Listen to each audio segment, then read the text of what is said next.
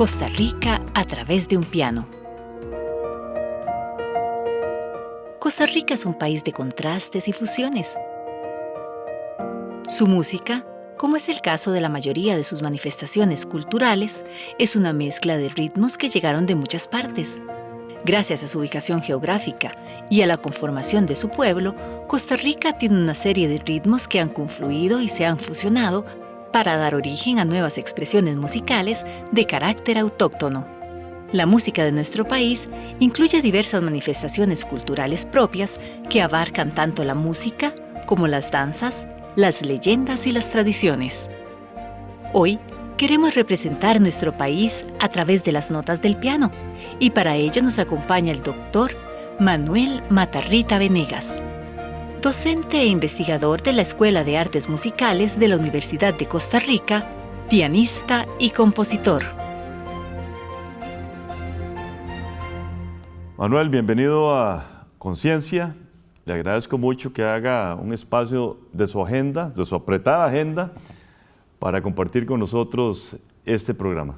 No, muchísimas gracias y más bien muy honrado por estar aquí compartiendo con usted, señor rector, y con todas las personas que nos pueden ver por medio del canal y todos los medios en las redes sociales. Es verdad que eso es muy importante. Muchísimas gracias, Manuel. Músico y artista, pianista, solista y acompañante, docente, investigador y compositor. Explíquenos esa versatilidad de su quehacer artístico, Manuel. ¿En qué momento usted hace todo eso? Yo siempre he creído que un verdadero artista tiene que ser versátil y tiene que ser capaz de moverse en diferentes ámbitos, no solamente de su propia disciplina. En mi caso, yo soy pianista, ¿verdad? Y siempre pensamos que un pianista pues, se dedica a tocar piano. Y si es docente, pues a dar clases de piano solamente. A mí siempre me ha gustado ir un poco más allá y poder incluir otras áreas, tanto de la música como de otras disciplinas. Entonces, siempre he tenido ese gusanito de estar haciendo muchas cosas. También la vida me ha llevado por diferentes, digamos, opciones tanto laborales como artísticas dentro de mi propia profesión de pianista.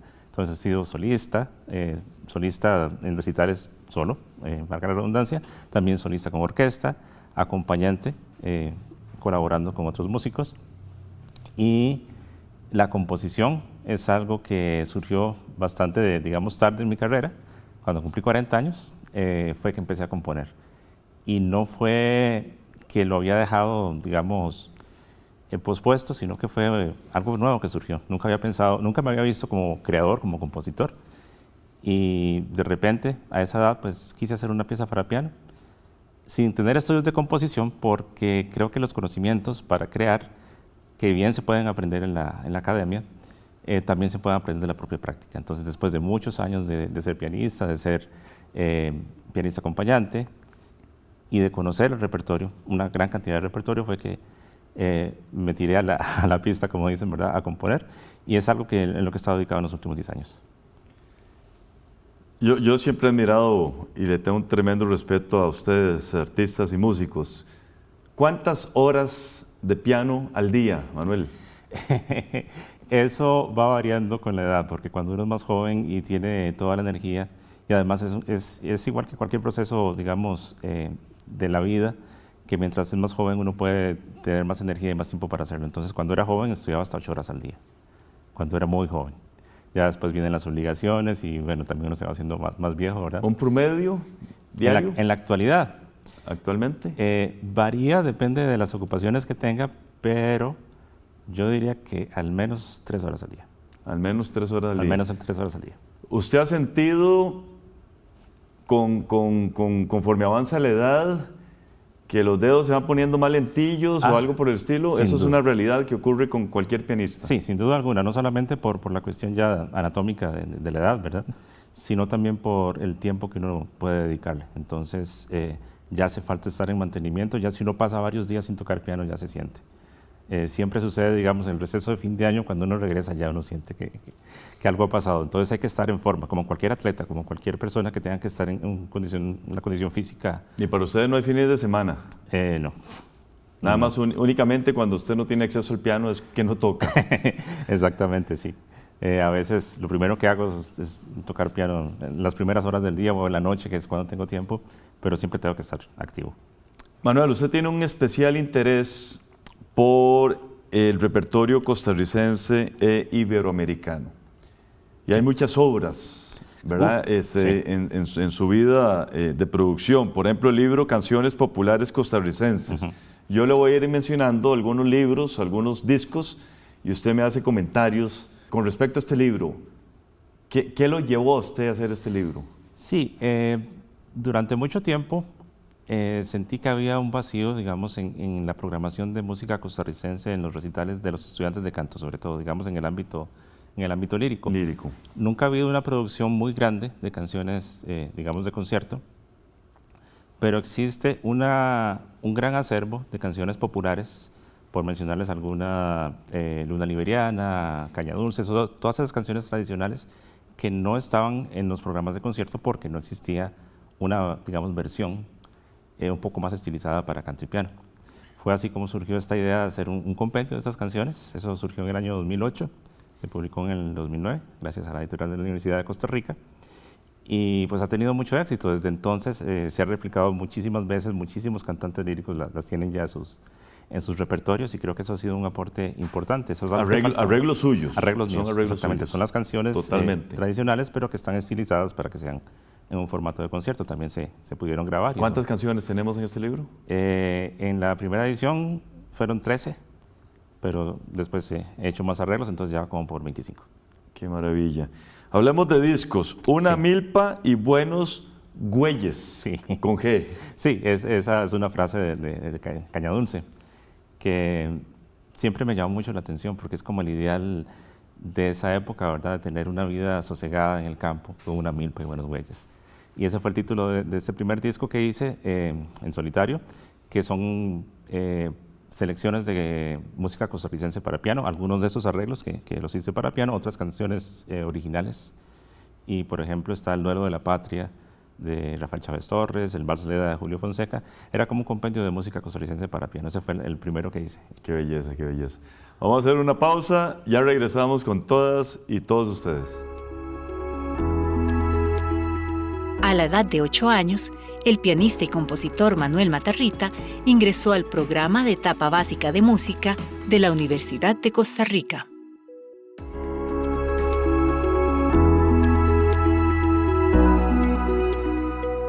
Gracias por continuar con nosotros. Estamos hablando con el doctor Manuel Matarrita Venegas, quien es docente e investigador de la Escuela de Artes Musicales de la Universidad de Costa Rica. Manuel, sigamos hablando de libros, Confidencias. Es un disco. Disco, perdón. Sí. No solamente me he interesado en la música costarricense, sino en los repertorios, digamos, que no son parte del canon. Siempre en la academia nos enseñan a tocar la música europea, histórica, Bach, Chopin, todo esto, Beethoven, que por supuesto es importante, es parte del acervo universal, pero creo que nos corresponde como costarricenses, como latinoamericanos, investigar ese otro tipo de repertorios. Confidencias es de música latinoamericana, una selección de piezas de diferentes compositores, México, Brasil, Argentina, Costa Rica también. Y muy importante, tuvo la participación de la Orquesta Sinfónica de Heredia, que tuve la oportunidad de grabar con ellos un concierto para piano y orquesta de un compositor colombiano que este año cumple 100 años, está en vivo, se llama Luis Carlos Figueroa, y con la Sinfónica de Heredia y Eddie Mora pudimos grabar un concierto para piano y orquesta que está dentro de esta producción. Qué interesante. Otro disco, Evocación. Evocación, ese es de música española y siempre tuve una afinidad muy grande, y la tengo todavía, por la música española. Creo que mucho de eso inculcado también por mi maestra María Clara Cuyel, fue mi última maestra aquí en Costa Rica, antes de salir a estudiar afuera, hace muchos años. Ella tenía una inclinación a la música española también. Ella era española. Ella era española. Y se le reconoce por incluir la música española en los repertorios de estudio aquí en Costa Rica, que eso era algo que en ese tiempo no se hacía, porque teníamos una visión muy de conservatorio, de música pues, más tradicional. Y desde entonces surgió un amor, ¿verdad? Muy especial por la música española, entonces dediqué este álbum a los compositores españoles. Vamos a ver, Flores del Corazón y Añoranzas. Sí, Flores del Corazón es un compendio de estas canciones que había mencionado antes, de las canciones populares costarricenses, las logramos hacer en una grabación sonora. Entonces ahí están todas esas canciones grabadas con la participación de 4 tenores costarricenses. ¿Y Añoranzas? Añoranzas, ese fue un proyecto de pandemia, Qué interesante. porque había que hacer algo mientras tanto, ¿verdad? Entonces hice un repertorio de música costarricense, pero música que se llama de salón, que es la música que se compuso de finales del siglo XIX hasta más o menos la mitad del siglo XX, 1950. Son piezas que se tocaban en salones pequeños, que era, digamos, la usanza en ese tiempo, y son 17 selecciones de ese repertorio solamente costarricense. Ayer yo compartí con un amigo que íbamos a grabar este programa y él me pidió hacerle una pregunta. Sí. ¿Cómo logran ustedes memorizar las obras? ¿Cómo se logra ese proceso de memorización, ¿verdad? De que obras largas y ustedes las tienen totalmente memorizadas. Eso es algo que uno se adiestra desde joven, por eso es muy importante empezar. ¿Ustedes aprenden, eso se aprende o eso es innato? Coméntenos de eso, Manuel. No, eso se aprende, por supuesto que sí. Hay muchas maneras de hacerlo. Se puede, digamos, hacer de una manera sistemática. Si tengo que aprenderme una pieza para la próxima semana de memoria, entonces tengo que hacer un montón de recursos, de asociaciones.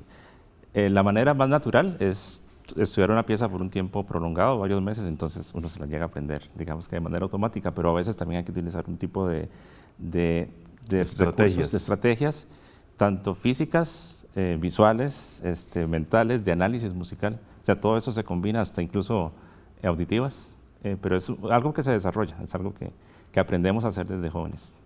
¿No le ha pasado que en una obra se le olvida un...? Por supuesto, eso es de todos los días, pero ahí es donde hay que reaccionar.